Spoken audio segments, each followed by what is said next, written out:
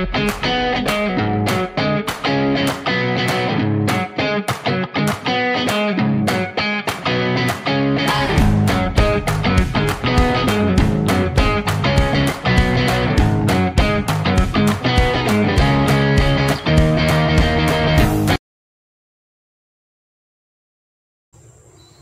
morning, everyone. My name is Ivan. We're here today to explore a truly fascinating and critical subject, nanotechnology. Our historical perspective shows that technology has been the engine of human progress, from the earliest creation of stone tools by Homo habilis to the great scientific leap of the Renaissance marked by thinkers like Sir Isaac Newton and Galileo Galilei. Humanity has constantly innovated. That path led through the Industrial Revolution and right into the current era, the information age, where information communication technology dominate nearly every aspect of our lives. This relentless drive for technological advancement is simply human nature. The Philippines was greatly affected by the rise of ICTs. It simultaneously highlights the national paradox. We are not classified as a country that develops these technologies, but rather one that assesses technologies developed in more advanced economies. This consumption-based approach is tied to national issues from struggles with agricultural sustainability to inefficiency in protecting the environment and governance. The text makes it clear that we are still lacking in adaptation of technological advancements. Yet there is a powerful positive force, the rise of knowledgeable workforce in outsourcing which demands expertise in electronics, healthcare, communication, and biotechnology. It is this very need for advanced skills that led to what the text calls the new technological forefront, nanotechnology. This new forefront isn't merely a concept, it is a physical reality defined by an almost unimaginable scale. So let's define exactly what we mean when we talk about nano. Nanotechnology is the field that deals with materials and devices that are fabricated within the nanometer scale, focusing on the tools and phenomena present here. This understanding immediately forces us to confront a vital question posed in our reading. What is the Philippines doing with this knowledge of device made out of parts that are too small for the eye to see? The stakes are incredibly high. To appreciate the challenge, consider the measurement. A nanometer is 1 billionth of a meter. To put it simply, it is the width of about 3 or 4 atoms. Contrast that with the width of an average human hair, which is a massive 25,000 nanometers wide. We are talking about building on atomic scale. The ability to manipulate matter at this level unlocks revolutionary possibilities, creating a whole new class of tools and applications. When we harness this ability to engineer at the nano level, we get specialized innovations that sound like science fiction. The nano machine. It is a tiny machine capable of doing human work at the nano level. The nano robot. It is a specialized tool that acts like a miniature surgeon, designed to be implanted to diagnose or treat disorder within the body. This leads directly to nanomedicine, the field that especially deals with using nanotechnology in medicine. And in computing, we have nanotronics, the field that uses nanotechnology to revolutionize electronics. These specialized fields highlight the powerful convergence of science and nanotechnology. Ultimately, the study of nanotechnology compels us to re-evaluate our national priorities and commit to the development of this powerful new frontier. Nanotechnology is the new technological forefront.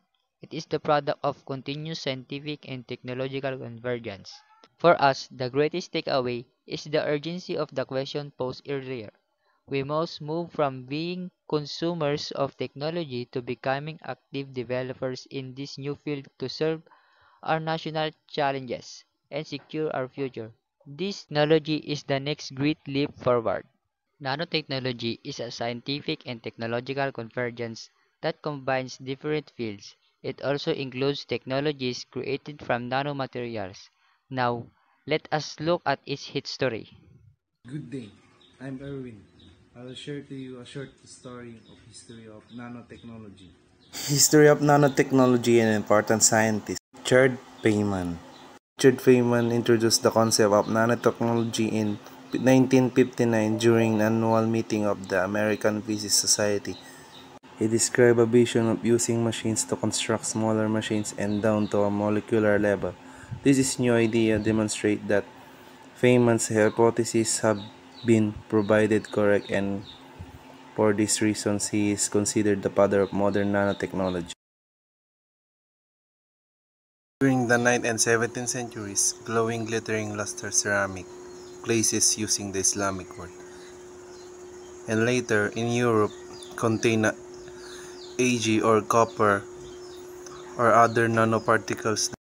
The Italians also employed nanoparticles in creating Renaissance pottery during 16th century to produce Damascus, saber blades, cement, nanowires, and carbon nanotubes were used to provide strength, resilience, and the ability to hold and keen edge. Nanoparticles and structures had been used by humans in 4th century AD by the Roman, which demonstrated one of the most interesting examples of nanotechnology in the ancient world. The Lycurgus cup from British Museum collection represented one of the most outstanding achievements in Asian glass industry. It is the oldest famous example of dichroic glass. Hello everyone, I'm Gary Wilson. I'm here to present the nanotechnology application in the Philippine environment. Nanotechnology applications in the Philippine environment. Nanotechnology is actively being researched and applied in the Philippines, particularly for challenges related to its unique environment, agriculture, and public health. Here are some of the key applications and areas of focus in the Philippines. Agriculture and food security. Number 1. Nanofertilizers. This allows for more efficient nutrient delivery, which is vital for sustainable farming. Number 2. Post-harvest protection. This helps reduce spoilage and improves food security and exports. Number 3. Plant growth regulators. To enhance the germination and root development of commercial crops like coffee, banana, and cassava. Environmental sustainability and water purification. Number 1. Water treatment. This includes using locally produced nanozeolites to remove heavy metals and contaminants. Number 2. Environmental remediation, such as developing green composites and other materials for remediation. Number 3. Air cleaning, as a photocatalyst to reduce air pollutants like nitrogen oxides. Material science and disaster preparedness. Number 1. Eco-friendly composites, to create cellulose nanocrystals for various industrial and biomedical applications. Number 2. Protective coatings, like tricycles to improve visibility during the rainy season and for small boats to protect natural fiber materials from harsh water conditions. Number 3. Disaster response, like water filter systems with nanozeolite and potentially ultra-strong, lightweight materials for temporary shelters. Hello, I'm Luke. I will explain other applications of nanotechnology. It, it is used in many fields, making life easier and more advanced. Its continuous growth shows its value to society. Nanotechnology is also applied in many other fields, making life easier and more advanced. Its continuous growth shows how valuable it is to society. Now, let's consider its concerns about it. Nanotechnology involves the use of nanoscale materials, devices, and systems to diagnose, monitor, treat, and prevent diseases. Why nanotechnology? Smaller stars can reach places conventional devices can't edge over competitions. 2. More sensitive diagnostics. Detect chemical imbalances earlier, prioritizes user experience. The components of nanotechnology. 1. Nanorobotic surgery tools. Biosensors, glucose, blood pressure, flow sensors. 3. Needleless injectors, nebulizers, and biochips. Diagnostic nanorobotics. Nanorobots traveling through blood lymphatic systems carrying wireless transmitters, sensing chemical changes, sending alerts, product overview. 2. Use in early disease detection, monitoring benefits, continuous monitoring, non-invasive over time. One of the most promising advancements in nanomedicine is the potential for integrating nanomachines directly into the human nervous system. These nanodevices can be designed to monitor essential psychology signals such as pulse rate, brainwave activity, and neurotransmitter levels. By embedding such devices into nerve tissues, continuous and real-time tracking of neural activity becomes possible, enabling early detections of abnormalities or the onset of neurological disorders. Robotic surgery and intracellular repair. Nanorobots, often called miniature surgeons, are designed to perform precise tasks at the cellular level. They may repair damaged cells, remove weight, or replace faulty structures inside cells. Currently and near future applications, nanomedicines is already used in devices like pacemakers, insulin pumps, and glucose monitors. Biochips and wearable sensors offer real-time diagnostics.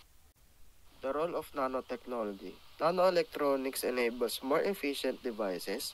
In medicines, it empowers wearable and implantable tech that tracks health in real time. Just risks and ethics.